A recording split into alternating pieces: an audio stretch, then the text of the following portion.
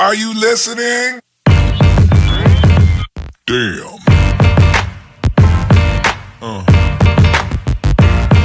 Yeah. Yeah.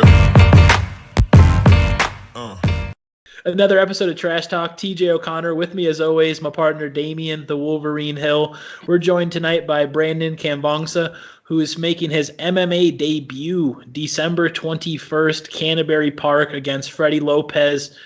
Trash Talk is sponsored as always by Valhalla Combat Sports Incorporated, Ink Strings Tattoo, Origin CBD Wellness, the Fighters, and my mom. Brandon, I appreciate you taking the time to talk with us tonight. How you doing, sir? I'm doing good. You know, just a week before the fight, I'm just ready to be fight week or fight day. Yeah. I'm ready to be weighed. I'm like, I just want to eat some noodles real quick. Oh yeah. What weight is the fight at actually?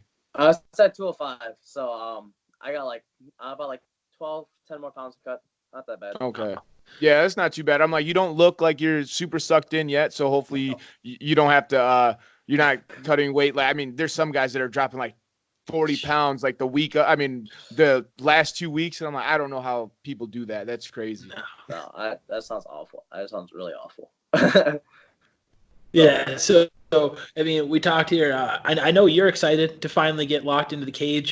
This is your MMA debut, but this isn't your first fight, and this is far from your first rodeo. I mean, how about just for the fans that don't know, how long have you been training? Where do you train? Where's the home base? And just a little background on yourself. How'd you get into the martial arts? Dude, it's all funny. I started in high school where I did wrestling junior year and senior year. A friend of mine said, you should try wrestling. I tried it, fell in love with it. That summer, I took a couple of L's, got obsessed with it, about getting better, because when you take an L and you're just so close to winning, you just want to get better and better. Yeah. Then eventually, after high school, I was like, well, I still want to compete grappling. So I found I talked to some friends, like, hey, you join this gym, McCoon's, get into jiu-jitsu. I was like, awesome. So while I was there, I saw these monsters training Muay Thai. It was actually Tom Trout now, Gesso, Sean Struby. So I saw them train. I was like, well, since I'm here, I might as well make use of my time. But I've been training. But now I've been obsessed. I've been training for 4 or 5 years now. I've been rose up from with these monsters behind me: Sean Struby, Gesso, Tom Trout now, Yeti, D'Angelo, the guys at McCoon's, just those monsters behind me, just breaking me down each workout after workout. Just like, there's no way I was gonna be formed a soft human being with those. Yeah. Oh yeah. Well, you're training with certified badasses, Yeah, and all who have tons of experience behind them. I mean, tons. Probably 1,000 fights between them. No. I mean, just tons of experience with those guys. What has training been like with them? And I guess what's the greatest benefit did you see working with them? Oh, honestly, it's just they bring so many different looks. D'Angelo, freaking a dedicated boxer, a pro boxer, just really just all smooth in your face and a snap to the jab right in your face. Then Getso is just really agile. His kicks are deceiving. Yeah. I've ate one too many kicks from him because I thought it'd be a low kick, it'd be this high kick, and I thought it'd be high kick, it'd be low kick. Then Sean brings that relentless mentality. He actually I didn't start getting my weight serious till last year. Last year, Sean was like, "Hey, you want to fight, but I need you to be serious about this. Like, I need you to get your weight down." I was like, "Let's do it." I'm really throw it all the way for this fighting thing. And that summer, that first month, I lost 20 pounds, not like water weight, but just 20 healthy pounds. Just training with Sean and training with the team. Then Tom Trout now, he was my first Muay Thai coach along with our friend Brian. So he was the foundation, my Muay Thai. So it just the Muay Thai, the kicks were just so much. The way he threw it just had so much tradition behind it. If that makes sense. Yeah. So it just the way he taught, the way everything he was teaching was just the foundation of the kicks where all my powers came from, and for my kicks where I'm using not so much strength but more technique and all that.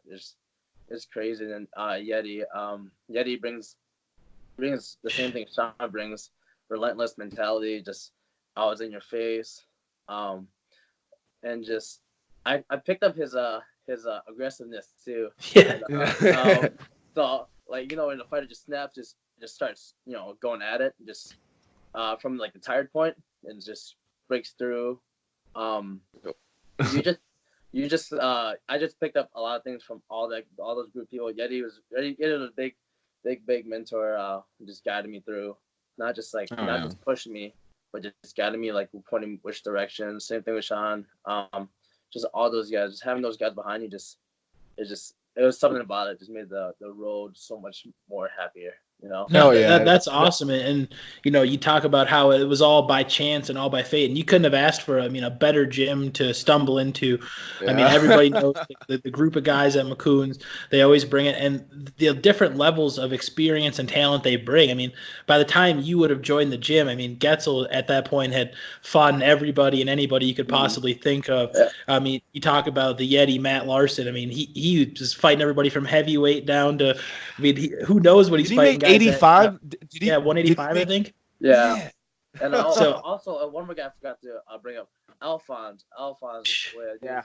Dude, he's a monster too. He's really deceiving. Just like just really like his mentorship too. Like I would hit him up, call him up, just kind of like his like hindsight on like just things. And man, he has so much to offer. So much like he's definitely a good mentor type. Yeah. I honestly forget how much he has to offer and how long he's been in the game. Yeah. Dude, okay, when you first walked in into the same card once in like 2012, he's been around forever. Yeah. Yeah. When you first walked into McCune's, I mean, we know about your Muay Thai experience, but was MMA always on your mind, this being your debut? Was it just something that now finally you just want to kind of give a try? Well, MMA has always been honestly, I wanted to do MMA before Muay Thai. That Muay Thai the Muay Thai bout was fun, and I was trying to get my toes wet, but really I saw MMA just really exhilarating. Just being in that cage, I just imagine it, all of it. I just get more excited than anything else. So it's like so for me to finally make my debut, it's been a long time coming. I'm way overdue to make my amateur debut. So I'm pretty excited. The whole team's excited. My whole support system's excited for me. They have been I've actually never had, like, when I walked in the gym, I was like an angry kid. But now I just feel like so controlled, so found my peace within this chaos, Yeah, definitely. And that's kind of what I was going to get to earlier was, the level of experience in the room. That's an experience level in itself. People, I mean, just being around guys that have done that stuff, you pick up things, the aura. You've been able to see guys like Sean McPadden grow from being one of the top amateurs into a blooming professional. And for the last year and a half, I know I've seen it from the outside looking in. I feel like you've just been on the chain ready to go. And the chain just been getting shorter and shorter. And, I mean, you had your kickboxing matches. We can get into those as well. But to finally get the fight, and I know this one actually was postponed. So what was that first thought when you were like, all right, I got a date, November 15, and then it goes from December? Obviously, you're closer to home, but it makes you wait one more month. I was just like, all right, I want to get because at the beginning of the year, because last year, I trained like 34 months, like pretty damn hard for this fight, and like I think three fighters backed out because I just such a bunch of, I honestly forgot what the reason was, but I just knew it was bullshit. But as a fighter, you just always gotta be ready. Something, and yet like I said, mentorship, like he tells me like, hey, nothing's ever guaranteed, but you should always be ready. And like that man is just, I just the way he talks to me is like he's been through some shit, so you kind of trust his word, but but for it to be pushed back to December, I'm honestly more relieved because I have more time to prep. Yep. Like why not spend more time prepping? Like as much as like I wanted to be here sooner, I don't mind being closer to the end of the year, so that way I can leave the year on a good note. Yeah. Yeah. Hell yeah. Now, I mean, what do you know about your opponent going into this fight? I mean, and what do you expect from it? I mean, everybody knows about your Muay Thai experience. Do you expect him to want to go to the ground with you? Um, I know he's training at the Warriors Cove, but so it's a high grappling school, so I wouldn't be surprised if he wants to take it down to the ground. But honestly, wherever it goes, I'll be ready. Yeah. I'm a blue belt in jiu-jitsu. And and those grapplers that McCoolin, they're all killers. They give you different looks. Yeah. It's just crazy. So if he wants to take it down to the ground, I'll be ready. If he wants to take it standing up, I'll be ready. Wherever it goes, I'm happy with it. Oh yeah. Man, exactly. And I never like to ask, we never like to ask for a game plan because obviously that's private information. But what's the one thing that you have to bring to the cage on December 21 to make sure that you get your hand raised? Oh, I'm just gonna set the pace, set the pressure, be controlled. I'm not aiming for wild swings or anything. I'm more aiming for in and out, significant blows. And just making every shot count, I want to be smart in my grappling. I want to be smart in my striking. I don't plan on going there wild. But and if and I'm okay with brawling, but I'm okay with keeping my distance too. Yeah, hell yeah. Well, I mean, you mentioned it earlier talking about D'Angelo, his boxing, and he's one of those guys that knows how to brawl and knows how to box, and he knows when to do either one. So when you say that you're ready to brawl, I definitely believe you on that. Now, the level of jiu-jitsu that you guys have at your gym, Yeah.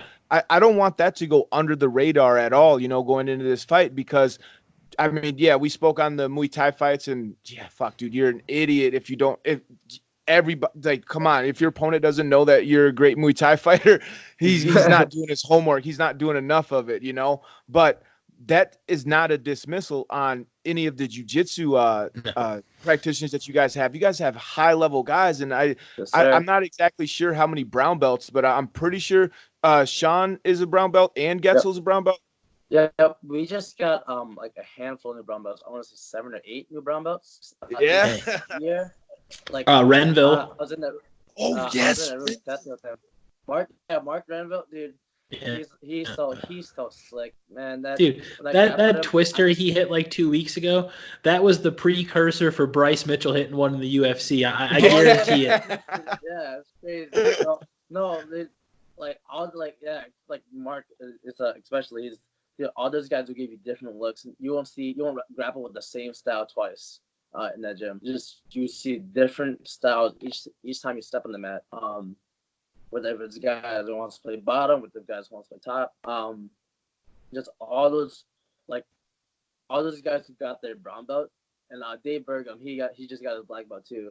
He's been a big mentor of mine for grappling. He's been really, really subtle. He gives me my option every time I go to class and ask questions. I ask him a question on one move, and he gives me an option for like 3 other. And just that whole room is just crazy filled with talent, and not the same style of talent. It's just everyone brings their own flavor to the table. Oh yeah. Man. I mean, me and TJ have talked about it in plenty of other interviews, but being able to trust your team and knowing that everybody's there to help make you better, and they're all improving themselves, and then every day they're getting better and you're getting better. It just builds, and it's so great. And then to know that you get along with everybody too, it's just like it makes the atmosphere completely different than when a guy's just going to train to get ready for a fight versus a guy who's training to get ready for a fight with an elite level of killers, and they all happen to be his buddies. Yeah, it's not like I'm going to like a school where I'm just paying to go there. It's like it really feels like a family there. Like I like those guys. Like I feel like each time I get on the mat, I feel like those guys really push me to get better. And like I'm not just saying that just to be cliche or cheesy. It's just I really mean that. Like every time I talk to someone about like the technique, they give you we have guys in there 7 days a week just training. Yeah. Just especially those grapplers. Like they're always Yeah. in there Saturday mornings, Sunday mornings. They're still in there Monday through Friday, just grappling. Oh, those guys are always on it, and so it's just like I have no excuse, and if just not getting that work in. Those guys bring so much to the table. Just not only the skill, but just the work ethics behind it. Man, that's the beauty of having such a great gym, and it's not that they push you; it's that you see what they do and you want to match them, and that's what builds the bond, builds the teammates and chemistry. And man, I'm excited for you. I'm excited to see your debut. Like I said, I've known just through the circuit, been hearing your name for a long time. You've been on a couple of the Valhalla grappling shows, obviously kickbox there, but I'm excited to see you do work on December 21. Just before we wrap it up tonight, I know you've given them plenty of shout outs, but I feel like they deserve it. Any teammates, sponsors, anybody outside the gym that you want to give a special shout out to before we wrap this up? Of course, give a shout out to my teammates. There's so many names to go through, but just all the team, all the McCoons guys, they have been prepping me so much for this camp. Honestly, they prepped me so much for this debut. Just 4 or 5 years in the making. Those guys just have been behind my back. The community of people behind me too. Literally, when I started the sport, I was an angry kid, just doing it alone. Now I got a community of people behind me who just want to see me do great things. And just like every time I go like out to like family stuff, I don't know not many Laotian people in the state of Minnesota doing what I do. I'm Laotian, by the way, if you didn't know. So yeah, it's just like my family is just like every time I see my pictures, they're like so proud. It's like it's a heartwarming thing to hear. So shout outs to McCoon's guys, shout outs to the family, shout outs to my best friends who really pushed me through this. And also shout outs to the Valhalla guys. I first started my grappling events in the basement down there. Then 2 years later, I went from a basement grappling to on stage to fight to win grappling. So it's been a journey. So it's been a long time coming. It's been a really good year too. Probably the best year in my life so far. Just training, just the experience with all my friends, and just the support. Like there's nothing more I can ask. Just no matter how I do, they're gonna love me no matter what. But I plan to do my best. Man, that's beautiful, and you get to put the cherry on top. Saturday, December 21st, Right. Canterbury Park, making his MMA debut. Be there, be square. Be sure to like and subscribe to Trash Talk with Damien and TJ on YouTube. Brandon, again, man, couldn't thank you enough for your time here tonight. Best of skill finishing up this camp, and look forward to talking with you on the 21st. Thank you, guys. Are you listening? Damn.